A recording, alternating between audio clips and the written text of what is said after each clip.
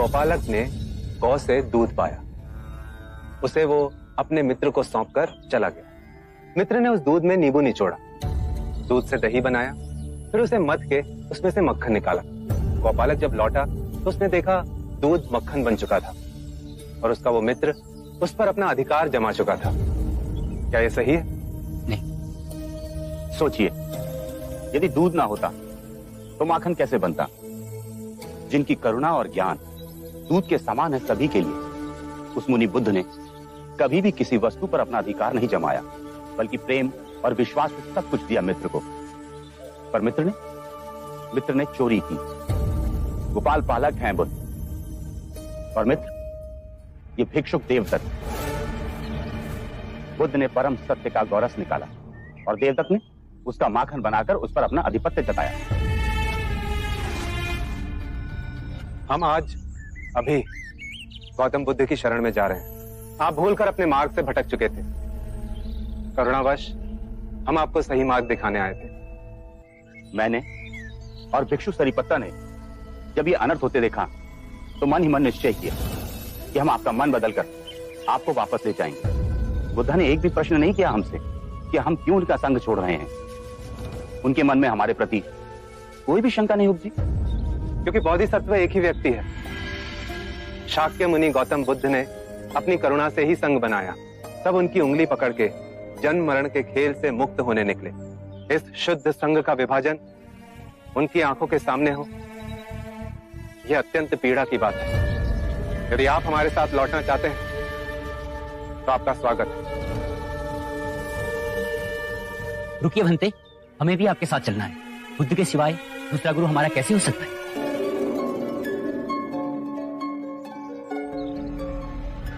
अरे ये सब कहाँ जा रहे हैं? कहाँ जा रहे हो?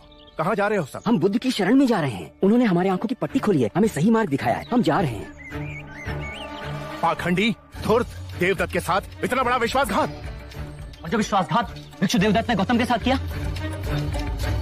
हमें आज्ञा दें भंते। नहीं नहीं, आप लोग नहीं जा सकते। जिसे स्वयं अपने क्रोध पर वश नहीं है, वह हमें ज्ञान का मार्ग कैसे दिखा सकता है? मैं भी जा रहा हूँ। नहीं, हम लोग नहीं जा रहे। नहीं, मत जाओ। रुकिए, आप लोग नहीं जा सकते। रुकिए।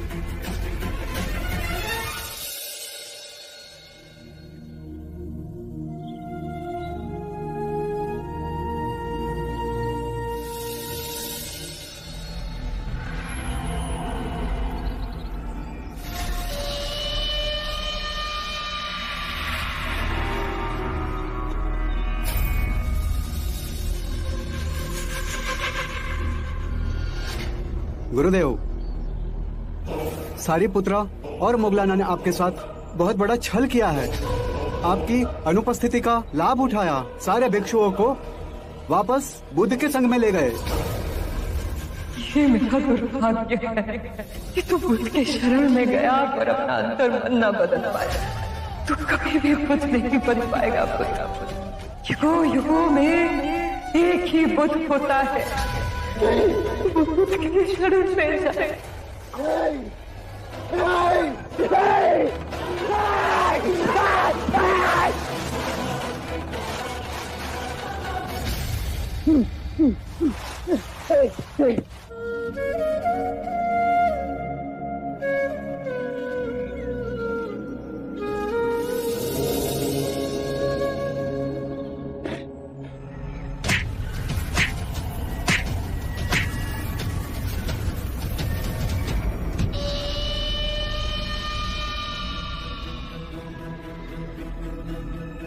गोपालक,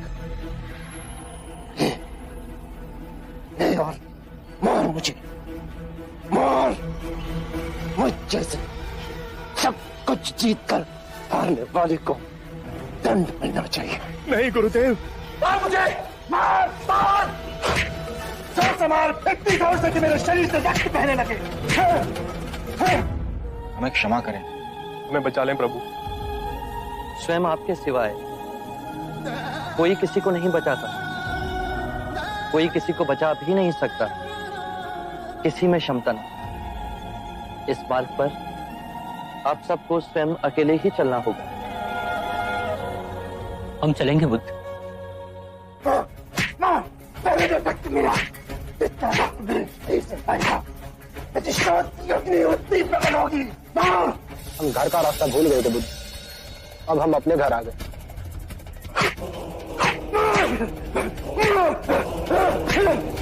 आप वटवृक्ष हमें अपनी छाया में रहने दें, हमें कृपया संघ में वापस सम्मिलित करें। तुम सब गए ही कब थे? मेरे सामने नहीं थे, किंतु मेरे हृदय में तो आप सब सदैव ही थे। भटके हुए को मार्ग पे लाने आप दोनों निकले थे। इस मार्ग पर आपको कोई क्षति पहुंचती, उस बात की चिंता थी मुझे।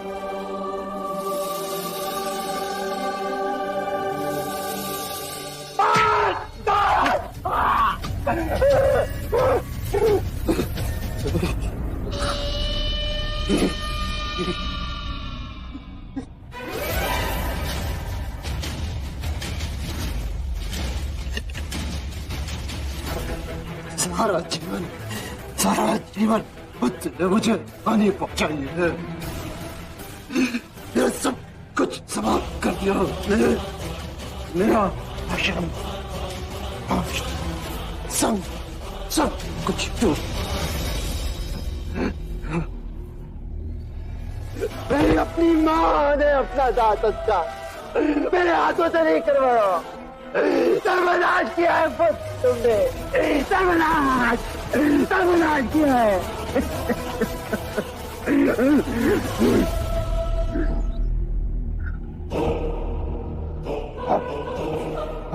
बुद्ध को कम बचा नहीं सकता, उसे मैं अपने हाथों से मारूंगा। तेरी मृत्यु निश्चित है बुद्ध, तेरी मृत्यु निश्चित है।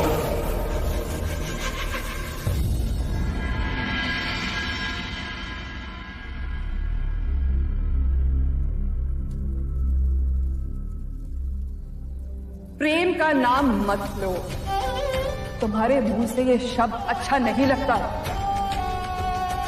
तुमने मेरी शांति छीन ली है, मुझे अपने पापों का भागीदार बना दिया है। महाराज, कोई यदु आपसे भेंट करने का आग्रह कर रहे हैं। भेज दो उसे। जी।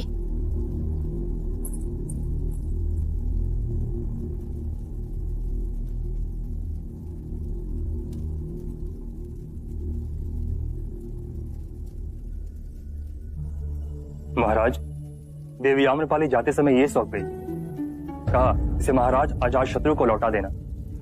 मेरा ही तिरस्कार नहीं किया अमरांत, इतने प्रेम से दिए आभूषण भी ठुकरा दिए।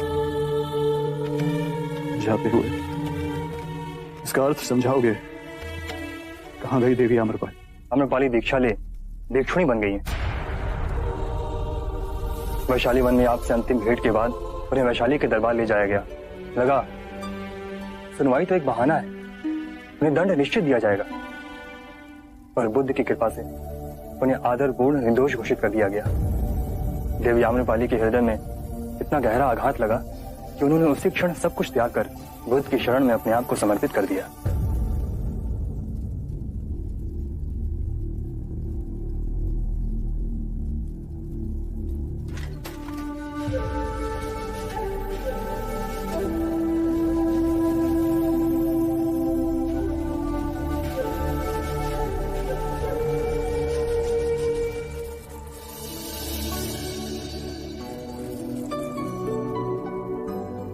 ये हमारे प्रेम की निशानी है।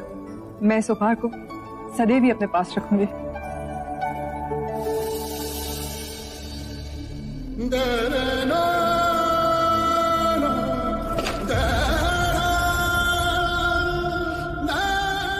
मैंने खो दिया तुम्हें आम्र, मेरे दिल को सुनाकर कहां लुप्त हो गई तू? इतना प्रेम किया तुमने आम्रा, और बदले में मुझे घृणा मिली। मुझको छोड़ भिक्षुणी बन गई तू। सुख ऐश्वर्य सब छोड़ बुद्ध की कांटों भरी राह पर चल पड़ी। आखिर क्या है उस बुद्ध में, क्या है उस बुद्ध में की आंखों में मैंने अपने लिए प्रेम और आदर देखना चाहा। उसने एक एक कर मुझे ठुकरा दिया, और बुद्ध को चुना। बुद्ध अनमोल है, वो समस्त मानव जाति को संवारने आए हैं। वो हम सबके दुख दूर करेंगे। अपनी आंखों से अहंकार का पर्दा हटाओ अजातशत्रु। बुद्ध कहते हैं अल्प ज्ञान ही विवेकहीनता है। बुद्ध कहते हैं कि भय से मुक्त हो जाओ। भयभीत होके ये मत सोचो कि कल क्या हो, मेरा क्या हो। किसी पे निर्भर मत रहो, और जब भय को अस्वीकार करोगे तो संपूर्ण मुक्ति मिलेगी।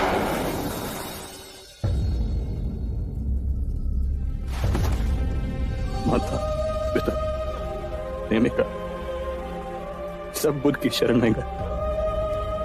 ऐसी कौन सी शक्ति है उनमें जो बिन लड़े ही सब पर विजय प्राप्त कर गया? मैं बिना कारण उन्हें अपना शत्रु समझता। अपनी महत्वाकांक्षा पूरी करने के लिए मैंने अपने पिता की बलि दे दी। मेरी माता ने मुझ पापी से मुंह मोड़ लिया, और राम कृपा उसने भी मुझे ठुकरा दिया। उन सब का हृदय जीतने की वासना में एक एक कर उन सबको ही खो दिया मैंने। अब खोने को कुछ शेष ना बचा। मेरे अंदर के सब घाव एक साथ रिसने लगे हैं। इतनी पीड़ा तो मृत्यु में भी नहीं होती। इस पीड़ा से मुझे छुटकारा चाहिए। पीड़ा से मुझे छुटकारा चाहिए। मुझे शांति चाहिए। ओम भगवती भिक्षाम देहि। ओम भगवती भिक्षाम देहि।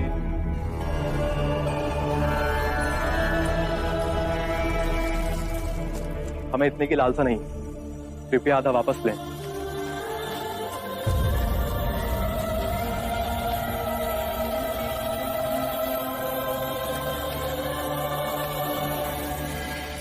एक बात बताएंगे? जी। मैंने महाराज देखे, परम ज्ञानी पंडित देखे, किंतु सदैव उनके मुख पर तनाव और चिंता का भाव देखा। किंतु आप भिक्षुगण सदैव इतने प्रसन्न और शांत कैसे रहते हैं? जिसने अपने आने वाले कल की चिंता छोड़ दी, उसने अपने बीते हुए कल का भार भी खो दिया। मैं चलूं? नहीं, अभी भी आपका भिक्षा का पात्र खाली है।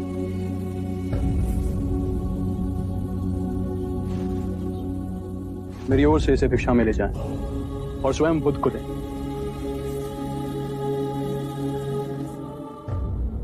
महाराज अजातशत्रु ने कहा है कि उनकी ओर से यह भिक्षा केवल आपको सौंपी जाए।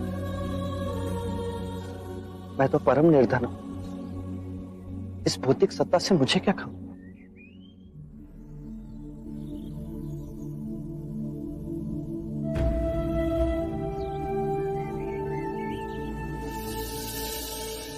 चलो आनंद, शुभ है अजातशत्रु। तो फिर आपके चरणों में आया क्यों नहीं? उसका अहंकार उसे यहाँ नहीं आने देगा। और आपकी करुणा आपको उस पापी के पास स्वयं लेके जाएगी। क्या ऐसा व्यक्ति आनंद के मार्ग पे चल सकता है? अवश्य चल सकता है। आनंद का कोई मार्ग नहीं होता।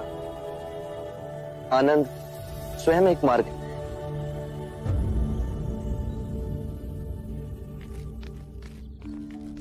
बुद्ध, आप यहाँ मुझे बुला लिया हो। हाय, भीतर आए बुद्ध। मैं तो बस तुम्हें तुम्हारा कुछ लौटाने आया हूं।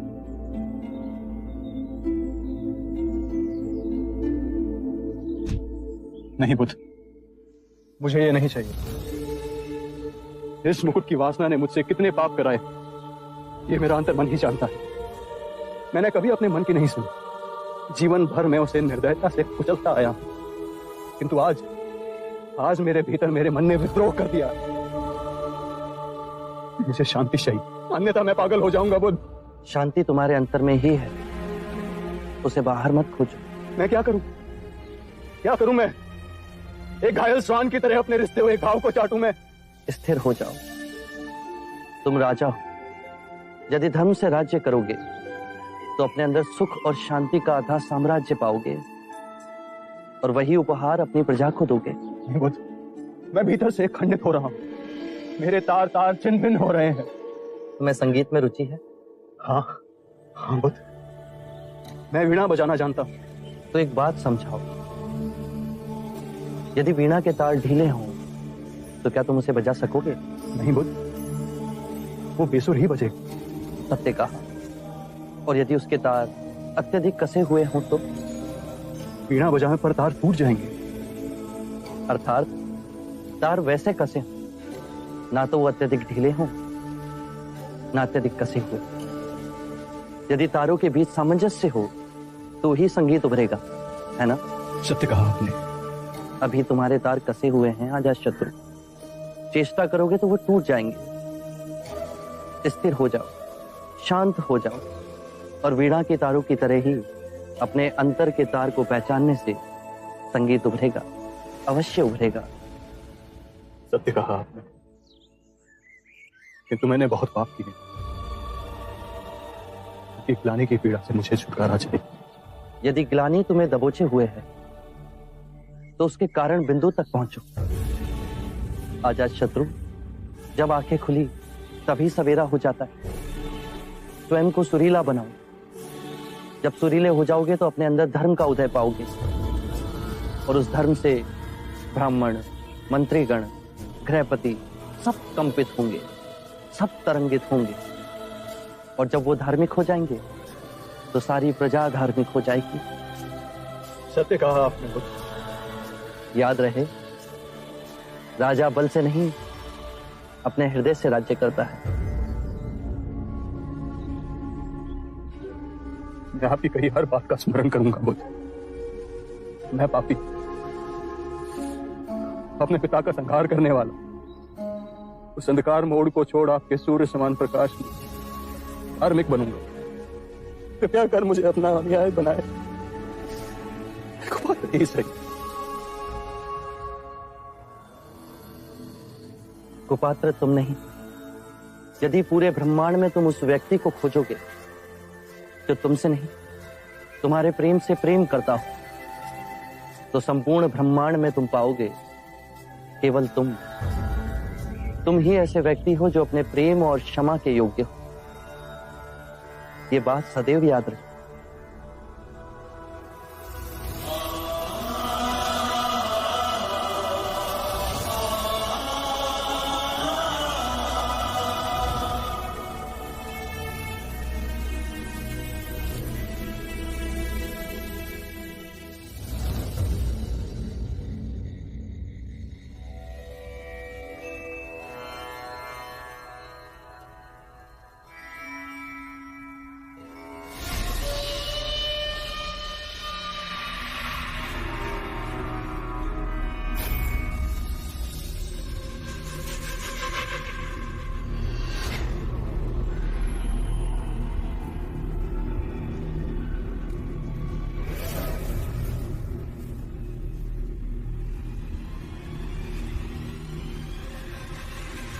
आश्चर्य, अति विलक्षण दृश्य।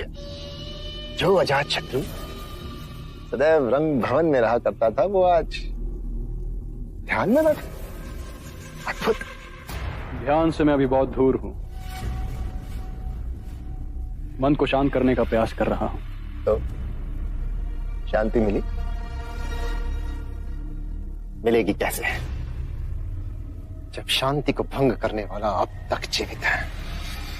तो मन तो अशांत रहेगा ही। हमारा आशय बुद्ध की ओर है। तो और कौन हो सकता है?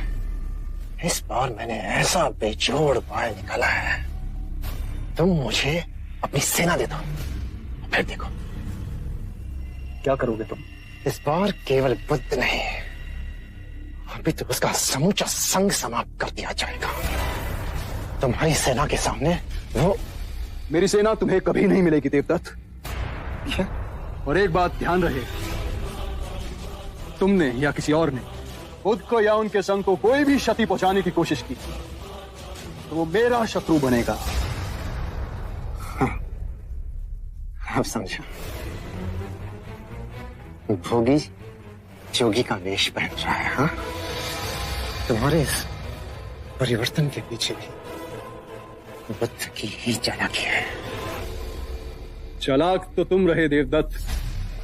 बुद्ध तो हमारी सोच के बहुत ऊपर है। जीवन भर मैंने आंखों पर पट्टी बांध पाप पर पाप किए, और अंततः जब मेरे पापों का घड़ा भरा तो मेरे मन में मुक्ति की आकांक्षा उठी। बुद्ध ने मुझे केवल क्षमा ही नहीं किया, अभी तो वो मार्ग भी दिखाया जिस पर चल मैं स्वयं को क्षमा कर सकूं और अपने बाकी जीवन में धर्म का अनुसरण कर सकूं। ढोंगी है वो। बोधिसत्व को पाए बुद्ध एक अनमोल रत्न है। इतिहास की चक्की निरंतर चल हम सबको पीस देती है। हम मिट जाएंगे, हमारा नाम दुनिया के इतिहास में लुप्त हो जाएगा, पर बुद्ध की चेतना वो हमेशा इस संसार को रोशनी देती रहेगी। जब जागे तभी सवेरा। मैं बुद्ध के चरणों में बैठ उनका न्याय बनूं। विश्वासघाती हो तुम। मित्रता के नाम पे तुमने केवल ठगा है मुझे अजातशत्रु। आज दूसरी बार मैंने तुमसे सहायता के लिए हाथ मांगा और तुमने उसे ठुकरा दिया। याद रहे, ये बात मैं कभी नहीं भूलूंगा।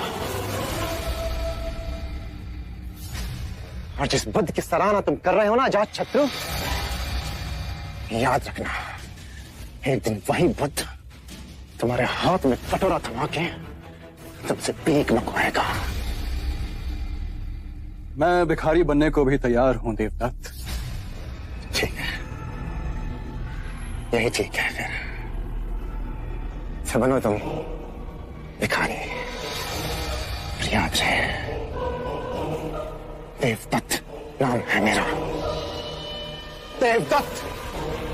और देवदत्त ने अपने प्रयासों से अद्भुत शक्तियों को अर्जित किया है जो तुम्हारे बुद्ध से निपटने के लिए पर्याप्त है। देवदत्त, स्मरण रहे, कुछ भी कर लो, बुद्ध का बाल भी बांका ना कर सकोगे।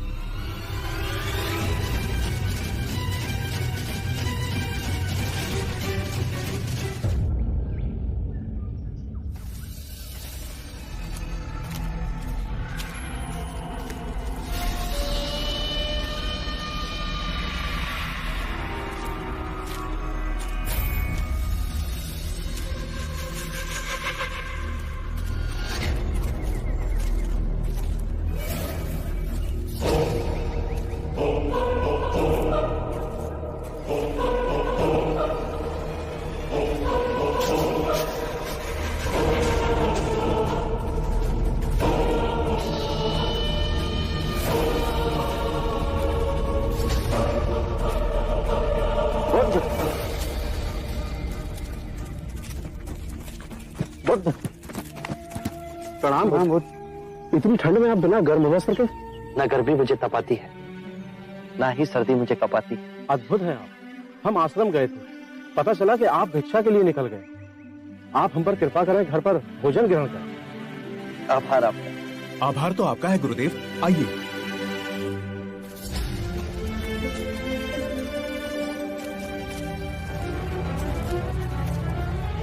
स्मरण रहे, कुछ भी कर लो, बुद्ध का बाल भी बांका ना कर सकोगे।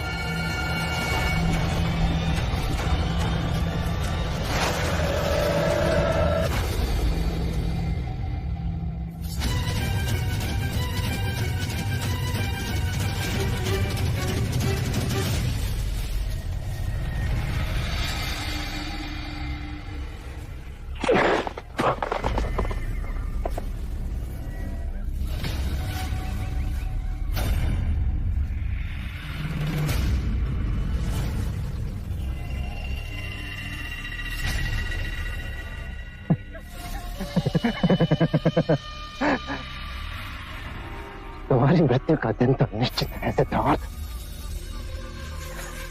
शायद मेरी कटार से तुम्हारी मृत्यु नहीं लिखी गई। देखो, स्वयं प्रकृति ने मुझे इंगित कर दिया है के संसार से मुझे पता कि कैसे होती है।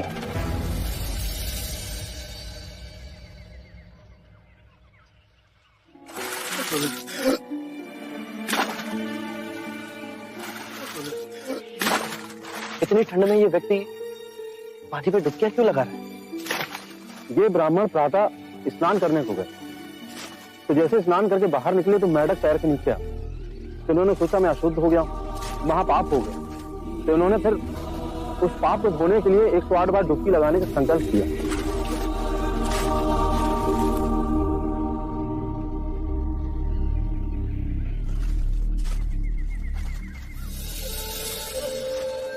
सुनिए, आप ठंड से कांप रहे हैं, यदि ऐसा करेंगे तो बीमार पड़ जाएंगे। महात्मा, अनजाने में मुझसे पाप हो गया। ये नदी गंगा नदी की उपनदी है, इसमें नहाने के बाद मेरे पाप धुल जाएंगे। इस नदी में डुबकी लगाने से यदि आपके पाप धुल जाएंगे, तो इस नदी में रहने वाले मेंढक के ऊपर पांव आने पर आप अपवित्र कैसे हो गए? यदि आपको ऐसा लगता है कि नदी में डुबकी लगाने से आपके पापों का नाश होगा, तो इस नदी में रहने वाली मछलियां, कछुए, सर्प, मेंढक, इन सबको अब तक मुक्ति मिल गई होती।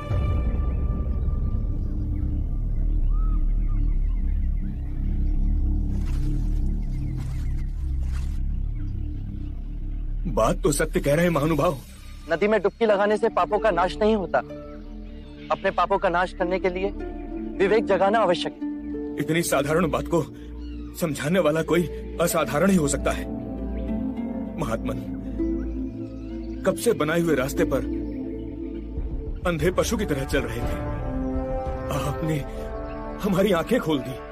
हर वो बात जो लिखी गई, जो हमें सिखाई जाती है, जो असंख्य वर्षों से दोहराई जा रही है, उसमें संदेह करना।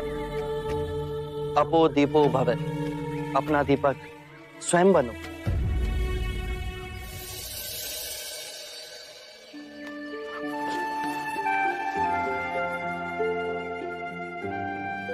आप धन्य है महात्मा।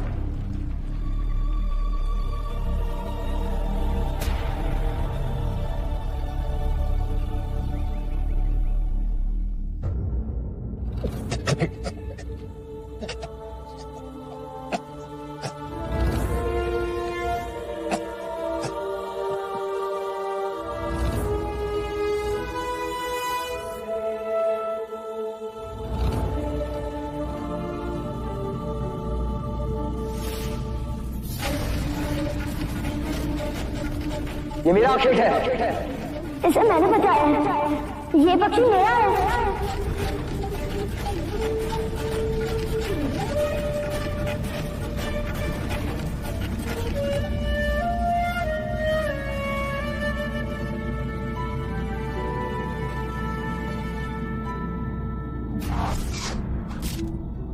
आप ज्येष्ठा को सर्वश्रेष्ठ घोषित कर दें। मैं पक्षियों को नहीं मार सकता।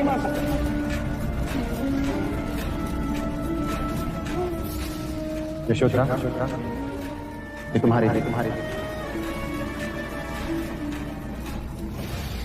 ये सारे पुष्प मेरी ओर से तुम अपने पास ही रखो। क्या अंतर है मेरे कमल में और सिद्धार्थ के दिए हुए कमल में? ये सारे पुष्प तुमने अपने सेवकों से मंगवाए हैं और सिद्धार्थ स्वयं जाकर लेकर आए हैं। सिद्धार्थ के पैरों में अभी भी मिट्टी लगी है।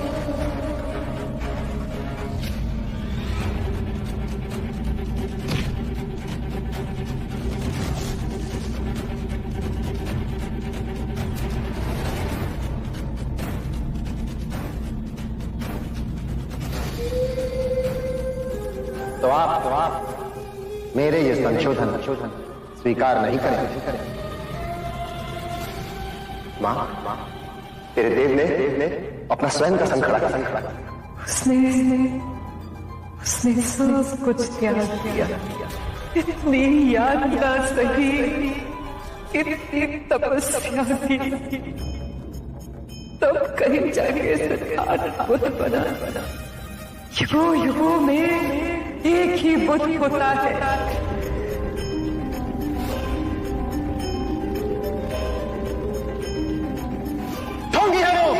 बोधिसत्व को पाए बुद्ध एक अनमोल रत्न। हम मिट जाएंगे, हमारा नाम दुनिया के इतिहास में लुप्त हो जाए, पर बुद्ध की चेतना वो हमेशा इस संसार को रोशनी देती है।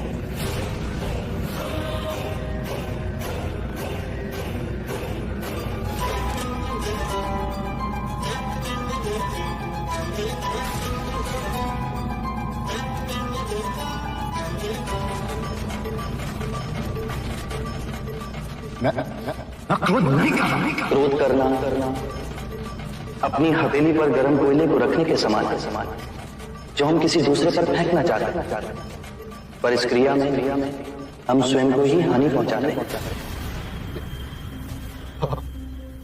आपसे क्षमा मांगने योग्य भी नहीं हूं मैं। शांति से जाओ देवता। बहुत आपको बहुत क्षति पहुंचाई है मैंने, बहुत। मुझे तो कुछ भी स्मरण नहीं।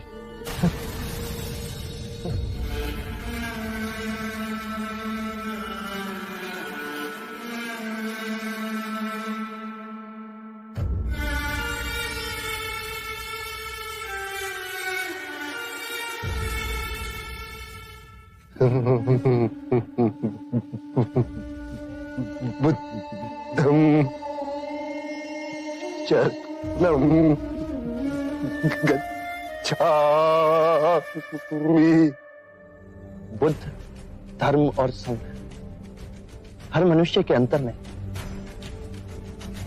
स्वयं को जगाने की क्षमता बुद्ध है। जागने के बाद हम जिस पथ पर चलते हैं वो पथ धर्म है। स्वयं के मन को एकाग्रित करना, उसे केंद्रित करना और उसे एकत्रित करना संघ है। और ये तीनों रत्न तुम्हारे अंतर में। धर्मं शरणं गच्छामि, संघं शरणं